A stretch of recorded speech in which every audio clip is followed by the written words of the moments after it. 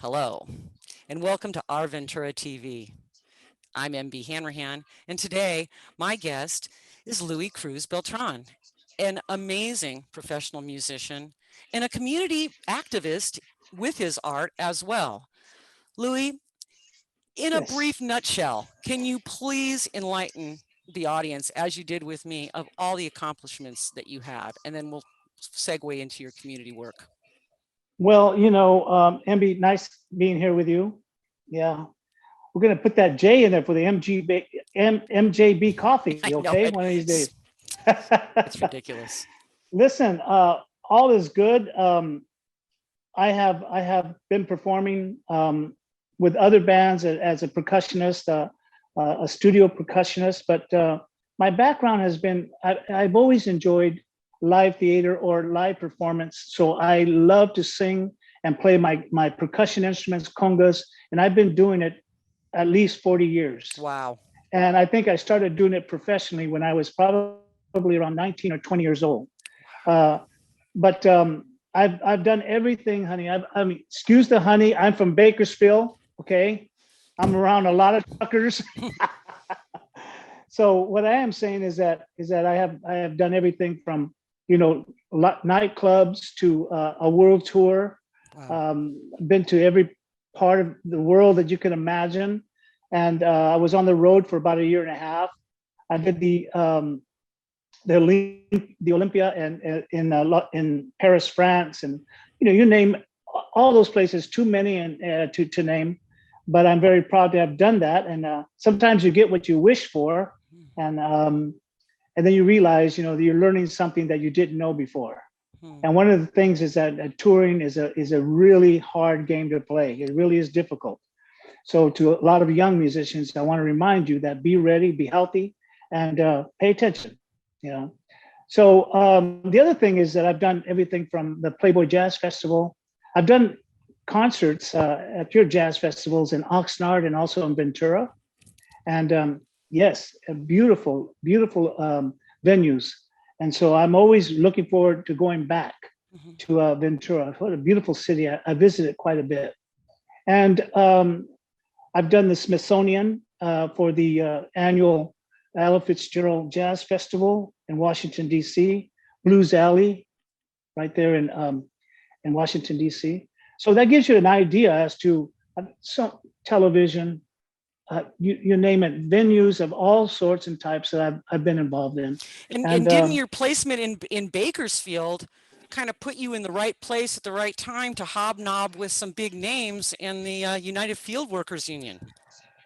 well, you know what? That had something to do with Farm my workers, music, excuse but me. that was kind of like one of my the aspects of my growing up, and has been part of a lot of my writing of music. I love to write Ah, music, and also I love art. I paint a little, and so that experience of working with I didn't do a lot of work with Cesar Chavez. I knew him. I was asked to be a bodyguard with the MECHA student activity program at BC Bakersfield College, City College. And back in those days, there was a group called the Brown Berets. yes. And I was an official member of the Brown Berets, always exercising my right to express political views.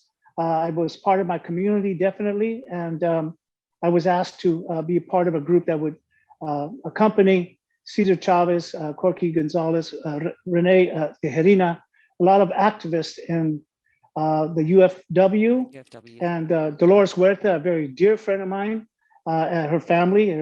Her son was my mother's doctor Hmm. for quite a few years, and Dolores has just recently had a birthday, and so she's just doing really well. She's got a lot of energy going forward. But this is my association in terms of some of my participation in community events and my support to issues that are important to me. Earlier we were speaking about education and the dearth of arts in education. Fortunately, unfortunately, it's just something that gets cut. I know I'm preaching to the Yes. choir. This is not news to anyone.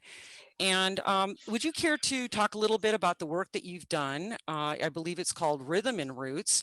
And I'm going to really just let Mhm. you describe it and take it away. Tell us what, where it's taken you and what you plan to do with that. Well, MB, as you well know, being an artist yourself, that I believe that many active education teachers and people that are involved in our schools have noticed that there has been a decline in some of the arts in our schools. And I was asked also there's a program I am contracted with the city of Los Angeles and also the county, Anaheim, and so forth, to go to do workshops that specifically talk about music and its influence. My specialty, of course, is talking about Afro-Cuban music or Latin music, Afro-Latin music, and its origins and its influence on the Western Hemisphere. The Northern American experience through this percussion and through slavery and the indigenous people. So I share that with everyone. But I was also asked to use this tool that I have that I love to use in the target areas of Los Angeles, for instance, South Central and East Los Angeles, and some areas where it's just dominated by a lot of, I don't want to be too critical. I think we all know, and it gets a little redundant, but obviously these areas have been shortchanged in many ways. And now, our lack of funds for schools has been showing everywhere, and it really hurts the arts. So there are people that are creating programs and having, corporate people get involved, educators getting involved to allow me to go to these places and make a living myself. Not a lot, but I do a lot of it. Sure, Just artists should not work for difference. free. Yeah, no. Yeah, well, there are many times that I do because of my passion for it, and because someone did that for me. When I was a young boy, someone gave me the attention, and it's just kind of like paying forward. Going forward, sending it to the next person, and gratitude of what has happened to me in my life. So what I do, MB, is I use the music to clandestinely teach these young students.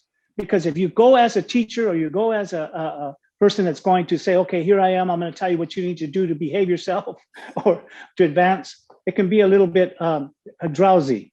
So what I do is I use my conga drums, my instruments, and I play them and I bring it out and show the Black students, Asian students, white, all of the influences that the Latinos, the Mexican students, Mexican-American students, what our relationship is with each other through this beautiful venue and this beautiful communication of music and art. So, and it works very well. And because of that, I have been invited to do it quite a bit. Now, this COVID situation and all that stuff in areas have kind of like slowed that down a bit, but that's what I do, and I love doing it. Aside from doing actual performances and live jazz concerts and so forth, but I love doing that, MB. So that is really one of my passions, and that's the march that I take. Louie, I'm really hoping that those that have ears to hear and eyes to see will pick up on the fact that we need you in Ventura and we need you everywhere. Tell people how they get in touch with you. Well, they can go to www.LouieCruzBeltran.com. Beautiful. And you can get, I have so much information on there. I have a team that works for me, and they put stuff together that they find to be important, and I do too. And I have music on there they could actually look for. And if they want to know some of my views about, education and music, I have a lot of it there. And I welcome them to come and look at some of my artwork and all of the music that I've done. They can get examples of what I'm doing. I think they will enjoy it. I want to thank you so much today for taking the time, and also especially for taking the time to give back and carry it on and light that fire in anyone who can, that gets to contact with you. And hopefully this will spread the word as well. And I want to thank you out there for joining us on Our Ventura TV. And until next time. I'll see you soon.